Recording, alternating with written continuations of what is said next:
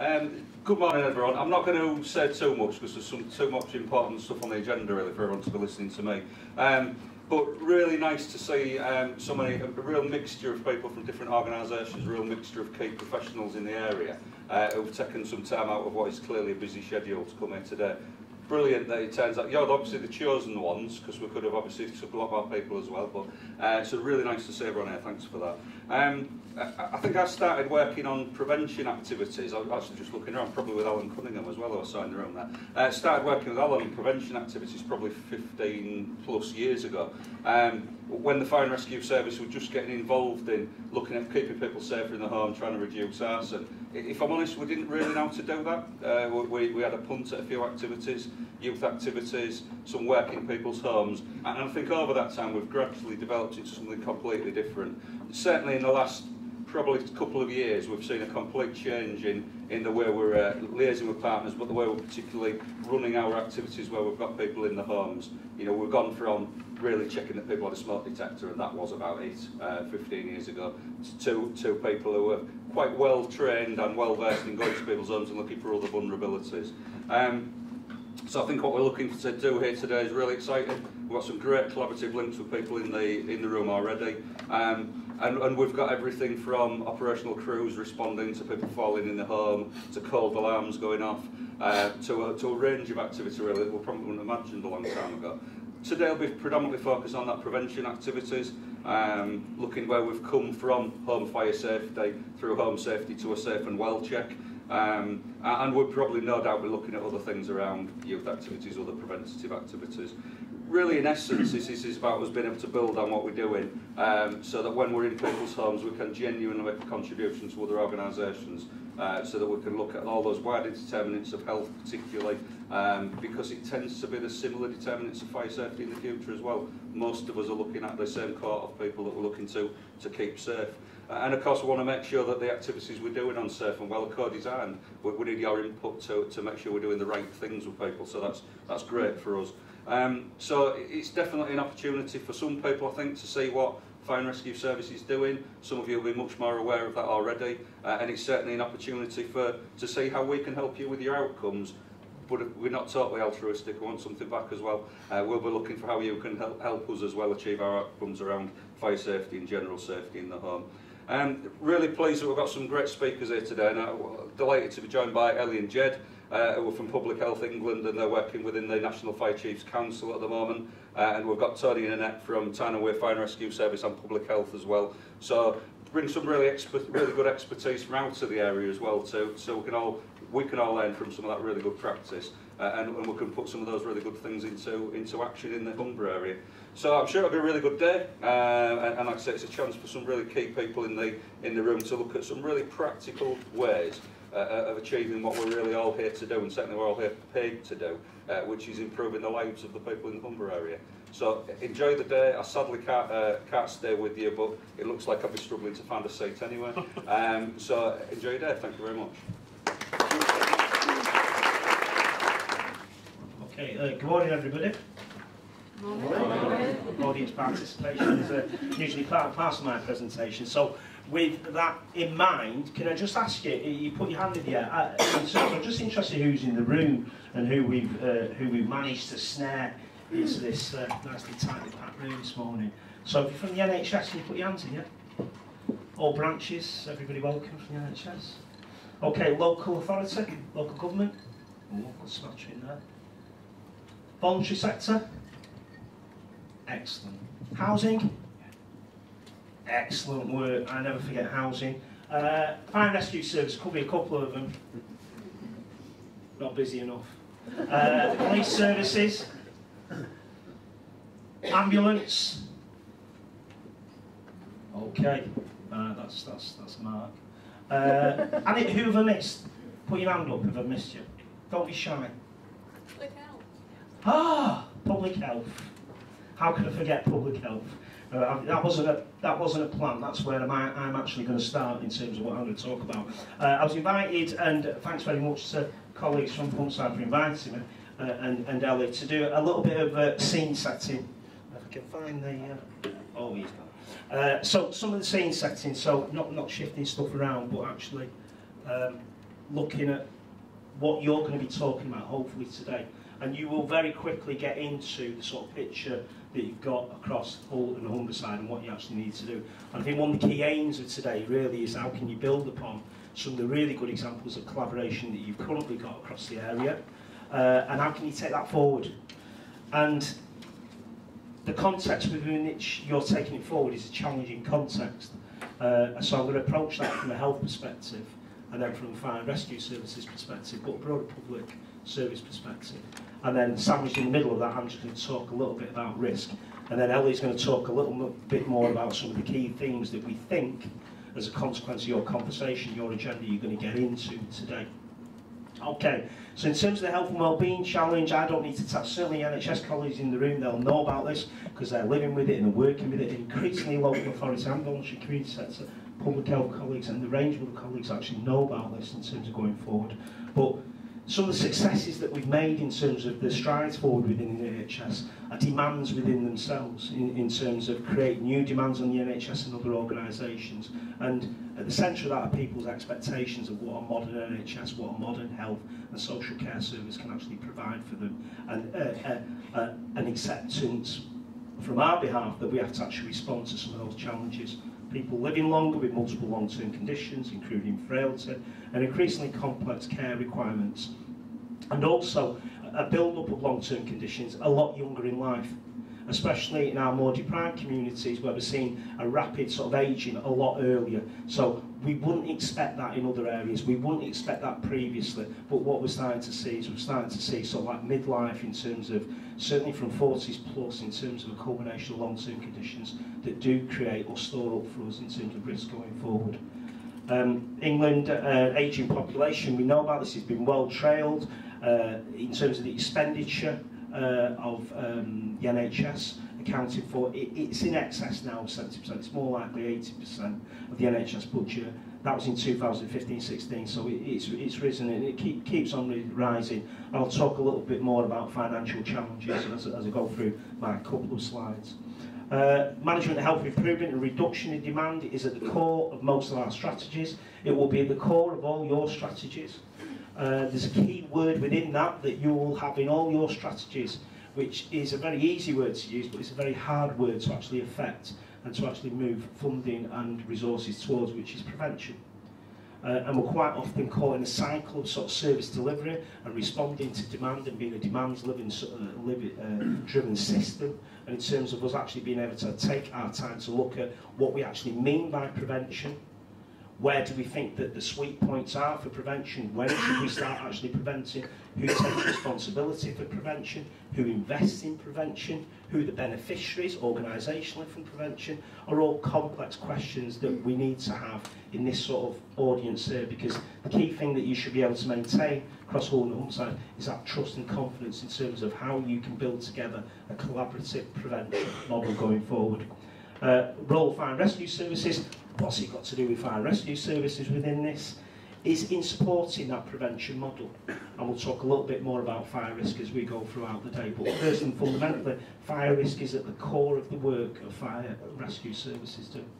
But within that is the understanding that a lot of the factors that drive us to increased sort of fire risk are more medical, more societal, more environmental.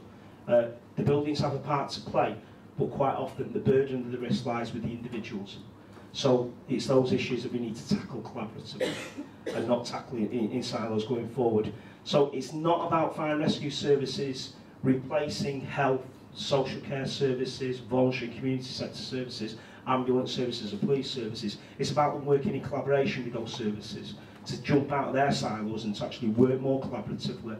And what goes with that is a fundamental change in terms of the culture of fire and rescue services, and I would argue a fundamental change in the culture of blue light services as well. And the police have demonstrated this time and time again, where they've moved towards being a proactive service rather than being totally a reactive sort of service.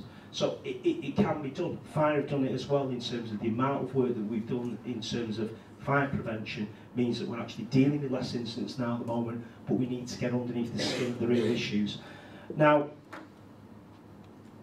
this is probably the most important slide, because this is who we're talking about. Now this is from, you'll have to forgive me because that's when I get a bit parochial, this is from my neck of the woods, because you can tell by my eloquent southern accent, I'm from Manchester. This is our royal family. So we've got Nan, we've got Barbara, we've got Denise, and we've got Dave on the settee. And for those of you familiar with the royal family, you'll know that a lot of their activity revolves around the settee. It revolves around the home. Okay. The common setting for us is the home setting. Within the royal family, there's risk within there. But one of the things that is about this is that I'm not saying they're a normal family because they're a TV family, but they're not unfamiliar to all of you in the room here in terms of the people that we work with. They've got arranged, and they're not particularly bad or should be demonised. You know, they, for Nan's perspective, she's there, she's doing what she does. From Barbara's perspective, Barbara might smoke a bit too much, she might not be active enough. The person that we can't see, which is the linchpin of the family, is Jim Royal, who's sat on the other chair at the moment.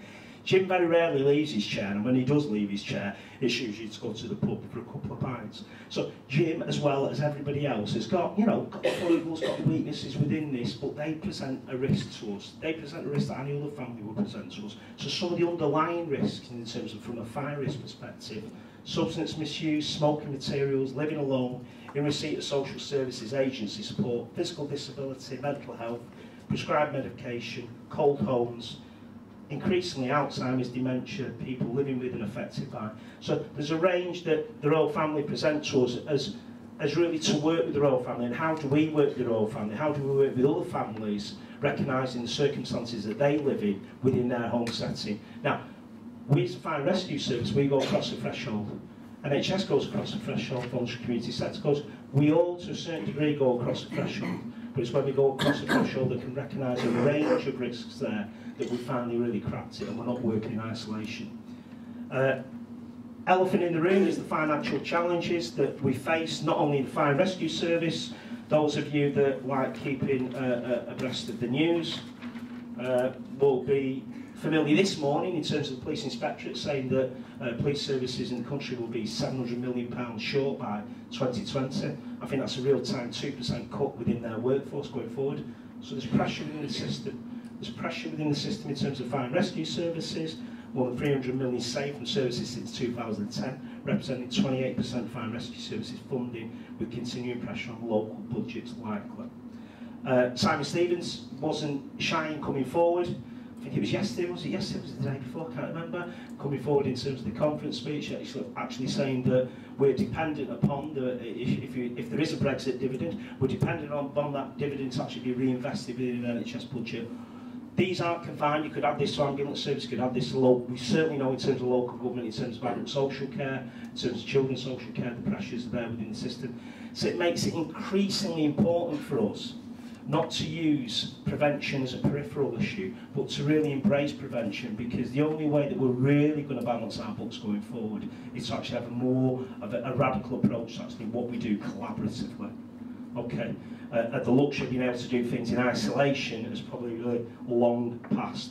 There are some other pressures I won't go through there, but those are lots of pressures that just, if you like, affect one organisation, but we could probably sort of transcribe this for every organisation in the room. That's not to say that it doesn't stop us doing things. And quite often we tend to do things well when our backs are up against the wall in terms of what we actually need to do and how we actually spend our budgets going forward. I'm going to hand over to Ellie, who's going to talk a little bit more about the work of the NFCC and some of the issues that you're going to be discussing today.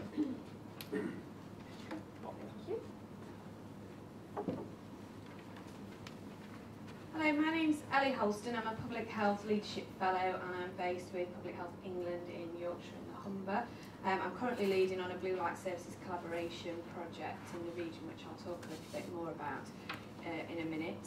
I've hijacked a couple of Jed's slides today because while I was on holiday he sneakily sent some slides in when you'd agreed that we weren't going to do that, so I know he knows that I'm still slightly bitter about that, so you have to bear with me because I've hijacked his slides and we'll just see how we go on with that. Okay, so The NFCC. The National Fire Chiefs Council, I'm sure you'll be familiar with that, many people in the room. It was formerly the Chief Fire Officers Association, and it has re-established itself as the NFCC. One of the reasons for that is to become, I think, a stronger voice for the fire services nationally. And so under the structure of the National Fire Chiefs Council, there are a series of committees which are aimed at coordinating the work of fire services across the country. And one of the reasons for doing that is so that we're not all doing things 45 times over, 45 fire and rescue services across the UK. Actually, where it makes sense, we can do things once and do them well and then share them. And also it's about sharing good practice, and also about being a voice for the fire service, being able to coordinate and collaborate more closely together. Under the National Fire Chiefs Council structure, we have established a health coordination committee. And this was born out of something that was developed in 2015. So there was a consensus statement that was signed between the Chief Fire Officers Association at the time, Public Health England, and NHS England, Local Government Association, Age UK, various other partners, which said that the fire services would work closely with health partners around a range of shared issues. So it's about prevention, early intervention, particularly with a focus on older adults and reducing winter pressures, so that kind of idea of working with those people who are most likely to end up in A&E or in difficulties over the winter. And as part of that, there was a health group that was set up that was chaired by NHS England, and that's now morphed into this group, which is now fully under the National Fire Chiefs Council and is co-chaired by Jackie White, who's the National Deputy Director of Long-Term Conditions in NHS England, and Peter O'Reilly, who is the Chief Fire Officer over in Greater Manchester. So under the Health Coordination Committee there are 5 work streams. I'm going to talk in more detail about the data and learning work stream in a minute, because that's the one that I'm most involved with. But just to cover the other 4, there is a collaboration work stream which is co-chaired again by Peter O'Reilly and Jackie White, and that's about national collaboration, about working with the Department of Health and national politicians, local politicians, to raise the profile of the work of the fire and rescue services around their collaboration with health. It's working with social care partners, and it's looking at that from a kind of strategic perspective. Where can we build those alliances and relationships? We have an implementation group which is chaired by Glyn Lujny from Staffordshire Fire and Rescue Service, and the role of that is to look at the practical implementation of Safe and Well, and he's currently in the process of collating case studies from across the country to share more widely around that work that's going on and the good practice. And there's a huge variation in the way that different fire and rescue services are implementing Safe and Well and working with their health partners. Fire and rescue services are, by their nature, autonomous, and therefore they all do things differently, and so it's there's a lot of variation but a lot of good practice to look at across the country. We've got a workforce development work stream which is chaired by Gary Taylor from West Midlands Fire and Rescue Service, and the aim of that really is to pull together and enhance the training and the skills frameworks that are available across the country. They've developed a portal which is available to all fire and rescue services, a training portal which pulls together all the different training packages around this area that have been developed or been commissioned by fire and rescue services around the country. We have a mental health work stream, which is probably the newest of the work streams, which is chaired by Mark Matthews. I'm not sure which. East Sussex Fire and Rescue Service. So that's fairly new, but that's not only about looking at mental health within the populations that we serve, but it's also about looking at issues around the mental health issues within the workforce, within the fire service. So that's got a dual role there. And then the last one is the data sharing and learning work stream, which is the one that I've been most involved with. I chaired the predecessor to this group, and it's now chaired by Shantha Dickinson from Hampshire Fire and Rescue Service. And the aim of that group is to support the effective sharing and implementation of data analysis between fire, health, social care partners, government departments and the voluntary sector. And as part of that group, we've got a number of pieces of work that we're doing. One of them is around the continued sharing of the Exeter data with Fire and Rescue Services. So for anybody who doesn't know, Exeter is the GP registration data, and there was an agreement a couple of years ago between NHS Digital and the Chief Fire Officers Association that the address, gender and age, year of birth of all over 65s in each region will be shared with the fire service. So there's an annual sharing of that data, and that's an annual agreement that has to be renewed every year, and we're currently in discussions about that again for next year. NHS England have agreed to fund that piece of work because it costs about, not a lot of money, but about £8,000 a year to enable that transfer to happen, and so they fund that. And we're also looking at whether there's additional information we could start to include in there.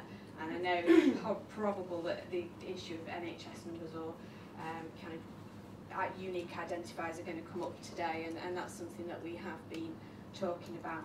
We are in the process of establishing an information governance network for people who work within the fire and rescue services, so data analysts and the like, to bring them together across the country so that we can share good practice, etc.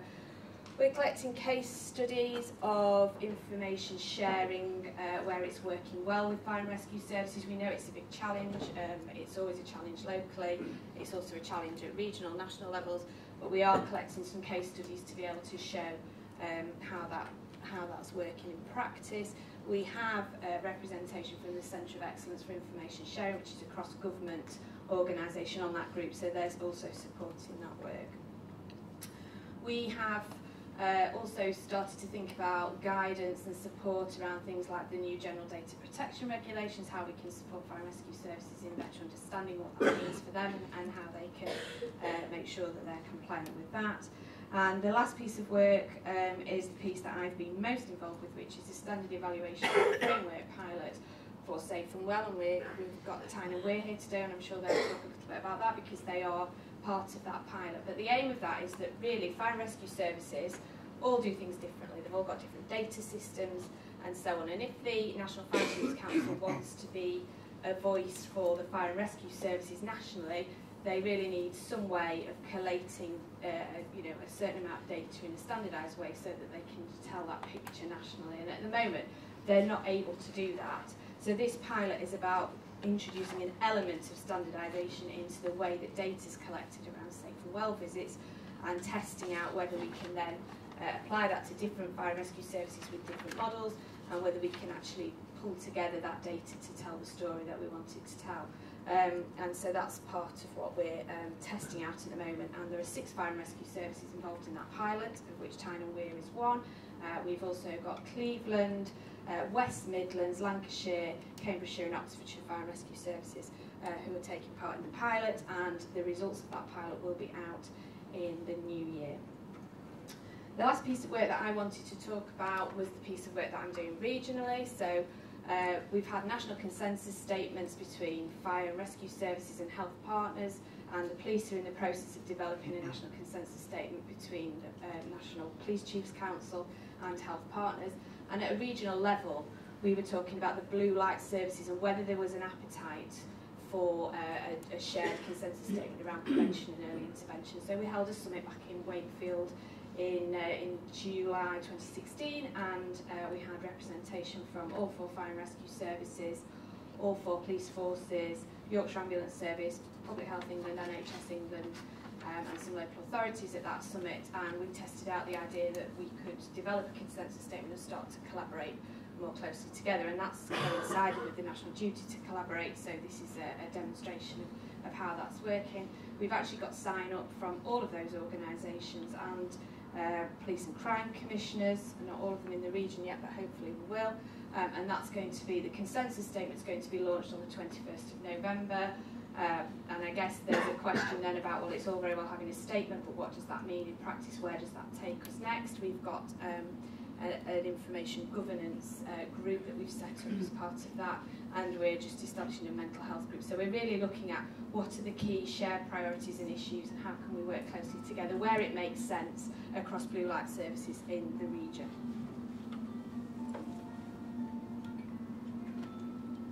That might be my phone, which is really annoying. I know I've silenced him.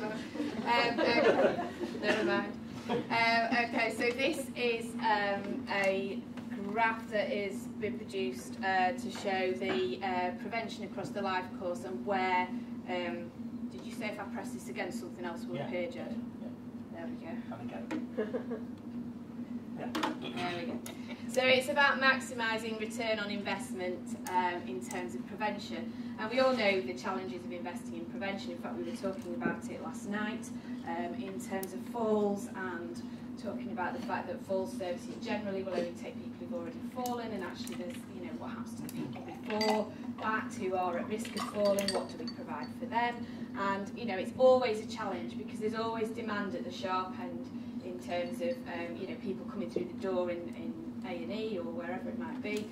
And so that the resources are always drawn towards dealing with that sharp end demand, and it's very difficult to pull that resource back, even though across all of the strategic documents that have been produced recently, NHS 5-year forward view, all the STP plans, you know, other documents across government always talk about the importance of prevention, but actually getting the investment into prevention or getting the resources is always far more challenging. So this just shows really about where you invest and where the kind of benefits will come. So, is that my phone again? Really in trouble. So if you invest in ageing well, you know, which is about older people and so on, then it's a very short-term win in terms of that. And then if you're looking at living well, then the benefits are in slightly longer terms. This is the timeline across the bottom here. And if you invest early in starting well, so in early years and so on, then those benefits are realised over a much longer period of time. And, you know, the fire service, as this demonstrates, operates across the entire life course. So, you know, we are intervening and doing things at all of those stages. And there is a point down here which Jed would describe as a sweet spot. I'm not quite sure where it's presumably where that red arrow is, but that bit about actually where you invest, where you get the greatest return on your investment, is right down there. So, so that just really shows that this is about not just about focusing on some of the things that have been part of the national agenda, which is about winter pressures and older people, but it's about the thinking about all of the work that the fire service does and how those shared risks and working together on preventing some of those things from happening, where we can get the most gain, and actually to establish where that is really requires those local conversations, because the picture varies across different local authority areas. We know that, you know, there are some common shared things across all local authority areas, but there are also some differences as well. So I think one of the examples was that Manchester Fire and Rescue Service are concentrating on homelessness and substance abuse, which is a big issue in Manchester, but that may not be the same if you went up to somewhere like North Yorkshire. It's most likely to be older people, frailty and social isolation. So it's about making those informed decisions about where to invest and how to get the most out of this work that you're doing. Okay? Sure.